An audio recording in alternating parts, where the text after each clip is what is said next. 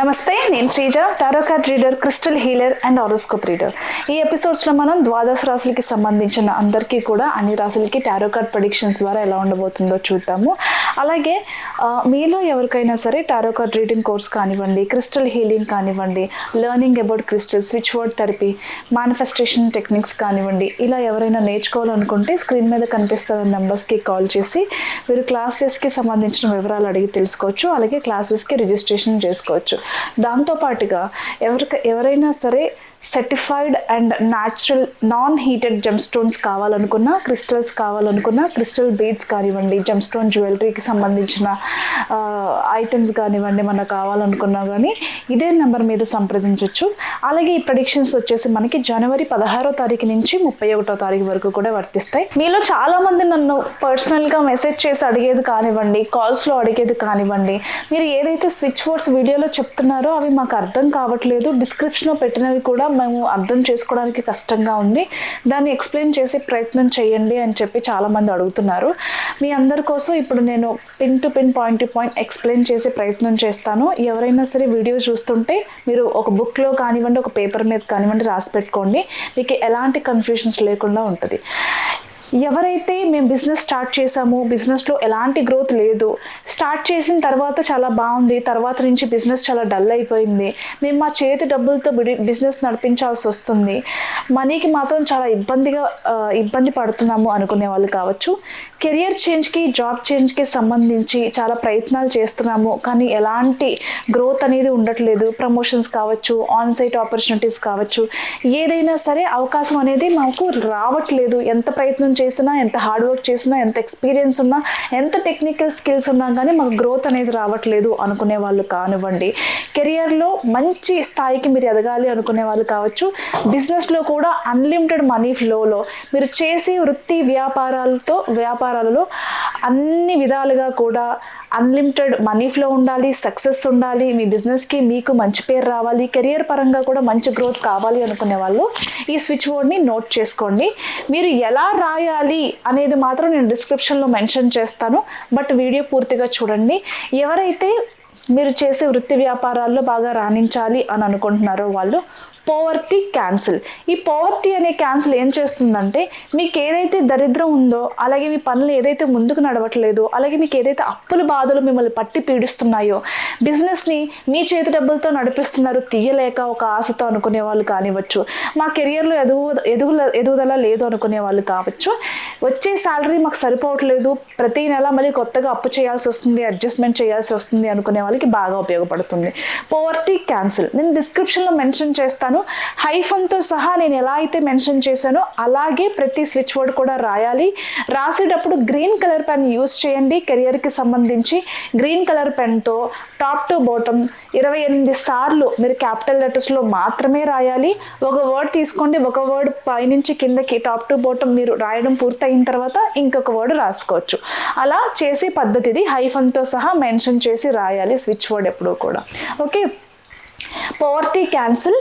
అలాగే ridiculous charm అనేది ఏం చేస్తుందంటే, మీకు బిజినెస్లో ఎవరికైనా ప్రమోషన్స్ ఆగిపోతుంటే కనుక, లేదు మాకు కెరియర్లో ఎలాంటి గ్రోత్ లేదు అనుకునే వాళ్ళకి, బిజినెస్లో ఎలాంటి గ్రోత్ లేదు అనుకునే వాళ్ళకి బాగా ఉపయోగపడుతుంది. అలాగే ఫైండ్ డివైన్, మీకు అన్లిమిటెడ్ మనీ ఫ్లోకి ఫైండ్ డివైన్ అనేది యూస్ అవుతుంది.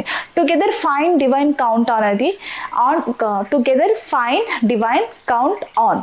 ఈ వర్డ్ వచ్చేసి వచ్చిన డబ్బులు మీరు రైట్ టైంలో ఎక్కడ ఇన్వెస్ట్ చేయాలో, మీకు డబ్బు అనేది వృధాగా ఖర్చు కాకుండా మీకు హెల్ప్ అవుతుంది అనమాట.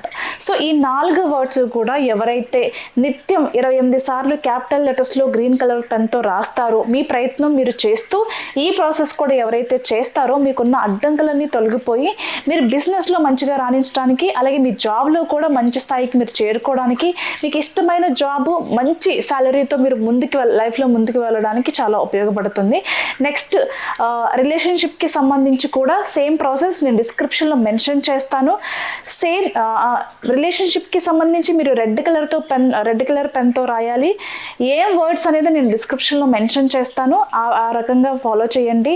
ఈ రిలేషన్షిప్కి సంబంధించిన వర్డ్స్ చూసుకుంటే కనుక ఎవరైతే మాకు పెళ్ళయింది, ఇద్దరి మధ్యలో అన్యోన్యత లేదు కానీ ఇష్టం ఉంది, ఒకరికి ఇష్టం ఉండి ఇంకొకరికి ఇష్టం లేకపోవడం కానివ్వండి, స్టార్టింగ్లో చూపించిన ప్రేమ ఆప్యాయతలు ఇప్పుడు మిస్ అవ్వటం కానివ్వండి, లేకపోతే మీ ఇద్దరి మధ్యలో థర్డ్ పర్సన్ ఇన్వాల్వ్మెంట్ ఎక్కువైంది, అత్తమామలు వేధింపులు కానివ్వండి, వేరే వ్యక్తి ఉన్నారు మీ లైఫ్లో అనుకునే వాళ్ళు కానివ్వండి, లవ్ రిలేషన్షిప్లో ఎవరైనా సరే పెళ్ళికి వెళ్దాము అని అనుకున్నారు కానీ అనుకోకుండా మీ పార్ట్నర్లో కొన్ని చేంజెస్ వల్ల అది ముందుకు వెళ్ళట్లేదు, లవ్ రిలేషన్షిప్ కొంచెం ప్రాబ్లంలో ఉంది అనుకునే వాళ్ళు కానివ్వండి, నేను డిస్క్రిప్షన్లో ఫర్ లవ్ అని, ఫర్ మనీ అని, ఫర్ హెల్త్ అని, ఫర్ గుడ్ ఎడ్యుకేషన్ అని అన్నీ మెన్షన్ చేస్తాను.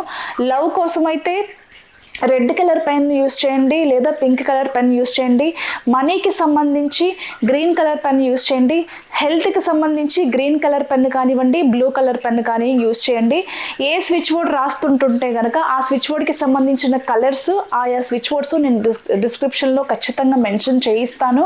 అలాగే గుర్తుపెట్టుకోండి, మీరు ఏ ప్రాసెస్ చేస్తున్నా, ఏ రకం పెన్నరతో రాస్తున్నా సరే క్యాపిటల్ లెటర్స్లో మాత్రమే రాయాలి. టాప్ టు బాటమ్ క్యాపిటల్ లెటర్స్లో మాత్రమే రాయాలి. ఖచ్చితంగా ఒక్కొక్క వర్డ్ 28 సార్లు రాయాలి. నేను ఏదైతే ఇక్కడ మెన్షన్ చేస్తానో అవి యాజ్ ఇట్ ఈస్గా రాయాలి. మీరు రాయడం కంప్లీట్ అయిపోయిన తర్వాత ఒక్కొక్క వర్డ్ని 109 సార్లు జపం చేయాలి. ఓకే, మీరు రాయడం పూర్తి అయిపోయిన తర్వాత ఒక్కొక్క వర్డ్ని 109 సార్లు జపం చేయాలి. చాలా క్లియర్గా చెప్పాను, డిస్క్రిప్షన్లో మెన్షన్ చేస్తాను, ఇంకొకసారి చూసుకునే ప్రయత్నం చేయండి. Thank you so much. మేషరాశి టారో కార్డ్ ప్రెడిక్షన్స్ చూద్దాము. మేషరాశికి సంబంధించి 2 విషయాల్లో మీరు జాగ్రత్తలు తీసుకున్నట్లయితే కనుక మిగతా అన్ని విషయాల్లోనే చాలా పాజిటివ్గా ఉండబోతుంది. మేబీ మీరు రిలేషన్షిప్ విషయంలో కావచ్చు, మనీ విషయంలో కావచ్చు, కెరియర్కి సంబంధించిన విషయాల్లో కావచ్చు, ఒక విషయంలో మాత్రం బాగా స్ట్రెస్ తీసుకుంటారు. నాకు తెలిసి ఇక్కడ కనిపించేది ఏంటంటే డబ్బు ఎక్కువగా ఖర్చు అవుతుంది అనే విషయంలో కొంచెం మీకు డిసప్పాయింట్మెంట్స్ ఉండే అవకాశం కనిపిస్తుంది. దాంతోపాటుగా డబ్బులు వేరే వాళ్ళకి ఇవ్వడం ఇలాంటి సమస్యల్లో ఇరుక్కుపోయి దాని నుంచి ఎలా బయటికి రావాలో తెలియక ఇబ్బంది పడే అవకాశం ఉంటుంది. ఇంకొకటి ఏంటంటే జర్నీస్ చేసేవాళ్ళు, ముఖ్యంగా నైట్ జర్నీస్ చేసేవాళ్ళు కానివ్వండి, ట్రావెల్స్ చేసేవాళ్ళు కానివ్వండి, ట్రిప్స్కి టూర్స్కి వెళ్ళిన వాళ్ళు కానివ్వండి, మీ మీద మీ ఆరోగ్యం మీద శ్రద్ధ అనేది చాలా అవసరం. ఈ 2 విషయాలు మీరు జాగ్రత్తలు తీసుకున్నట్లయితే మిగతా అన్ని విషయాల్లో కూడా చాలా పాజిటివ్గా ఉండబోతుంది.